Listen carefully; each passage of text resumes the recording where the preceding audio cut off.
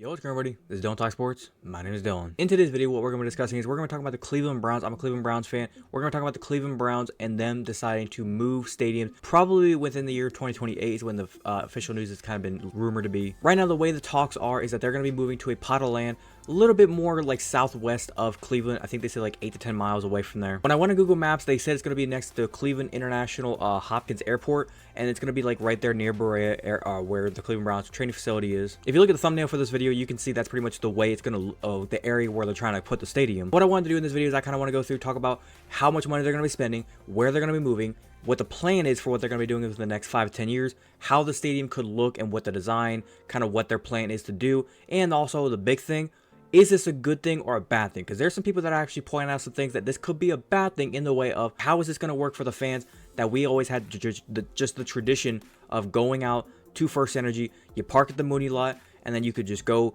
drive up to the stadium and go to the game. You had the wind off the lake. It was like, it makes this great environment for football games. Now with where they're going, is this going to be a bad thing? Because there's been rumors of it's going to have a roof. Is it going to be maybe good or bad for parking? I've heard it's going to be great for parking, so we're going to get into all of it. So without further ado, if you're going to enjoy it, as always, make sure you're going to drop a like on today's video. Be very much appreciated if you do so. But without further ado, let's get into it.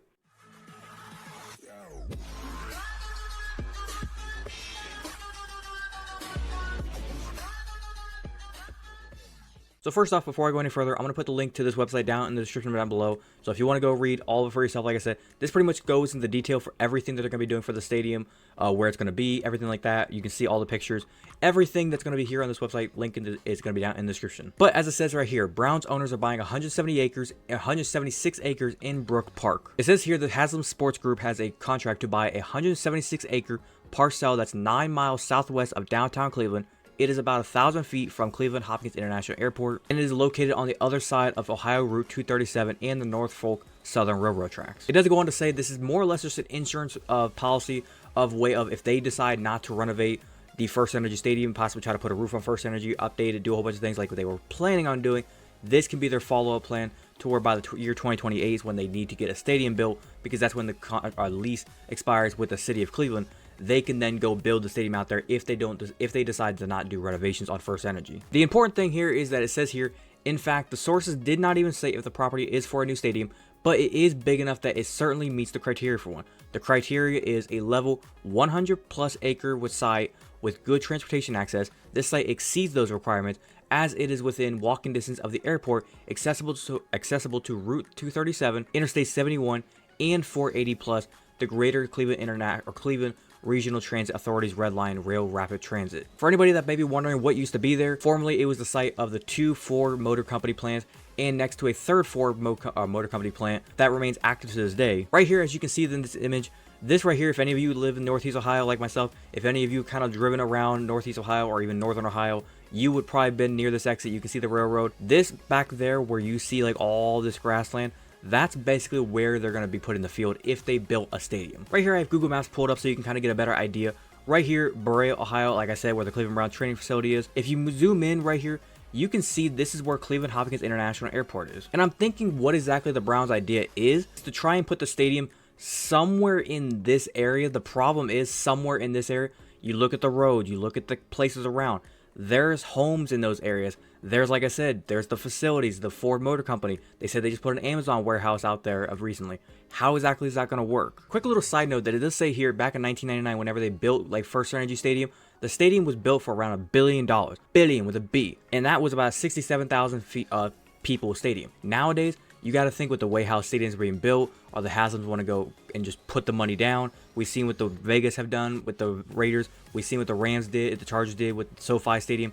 Are the Browns going to want to go and spend their money and possibly make a really high-tech, fashionable, really up-to-date stadium? Or are they going to maybe try to do something more update but not super flashy like what we see SoFi and even Vegas doing? The one big thing that I also saw was, like I said, people talking about the parking. Is it going to be a good thing, bad thing? I think it could be a good thing because right now with the way the Browns game goes, I know this from experience. I know all of you know from experience. If you go to the Browns game, you go there. If a game is at 1 o'clock and you're not in the city by at least 8 a.m., good luck finding parking that you're not going to be parking at least 3 miles away and for like $50 to $100 of parking. And with the way the stadium's going to work, they're going to try to make a really big parking lot, kind of like what Arrowhead has with the Chiefs. They're going to make a huge parking lot, make it to where it's more accessible for parking, I think. And it'll possibly still be around $30, maybe $40 but you're going to be close to the stadium. You might have to walk, if most, maybe a mile up to the field. Next thing that I do want to discuss is people talking about it's not really going to be in Cleveland. It's going to be in Berea. You're not going to be the Cleveland Browns. You're going to be basically the Berea Browns.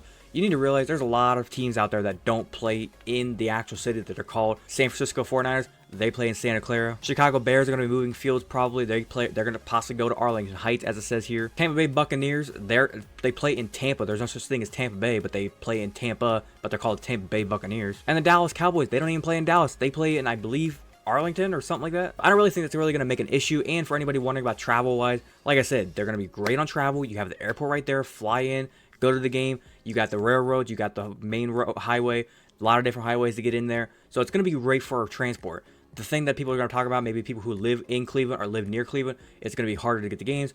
It's like 20 minutes down the road. Think of it for the players. They go and practice at Berea. They got to drive about 20 minutes up to the field to go to the game. Why can't you go drive maybe like 20 extra minutes down to Berea to go watch the game? Now, like it said, the stadium expires, or the First Energy Stadium contract expires in 2027 to 2028 season. By then, we have to make up our mind on what we're going to do. We need to decide and choose, are we going to be going to this new stadium or are we going to stay here?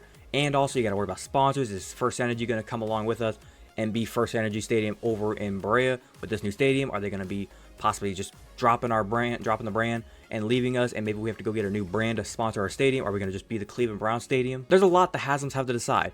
So far, like I said, we don't have pictures or like ideas of what the stadium's going to look like. So far from what we have is we have the location, we have the money they're going to be spending, and we have the kind of the general idea of what's going to be like. All I got to say is I'm curious to see how it goes. Now, as we get more info on what the stadium could look like, I'll make more videos on that as we get to go. But I'm very curious to see what the Browns do going forward. But without further ado, I'm going to wrap it up there. Hopefully, guys did go on to enjoy today's video. If you did enjoy, as always, make sure you go and drop a like on today's video. Be very much appreciated if you do so. If you want to watch the entirety of today's video, thank you very much. And like I said, if I miss a detail, or maybe there's something you want to ask about, you think the Browns shouldn't move to Berea, you think they should stay in Cleveland, you think they just stay in First Energy, you think they should maybe just renovate the stadium, you think they should not get a roof, there's a whole bunch of questions you can ask. So if you have any questions like that stuff, like I said, leave a comment down below as to what you want to know. If you're a fan of the content that I do post here and you want to go and hit that big red subscribe button, feel free to do so, and do not forget to hit that little notification bell to be notified the second I post. But without further ado, this has been Dylan Talk Sports. Have a great day.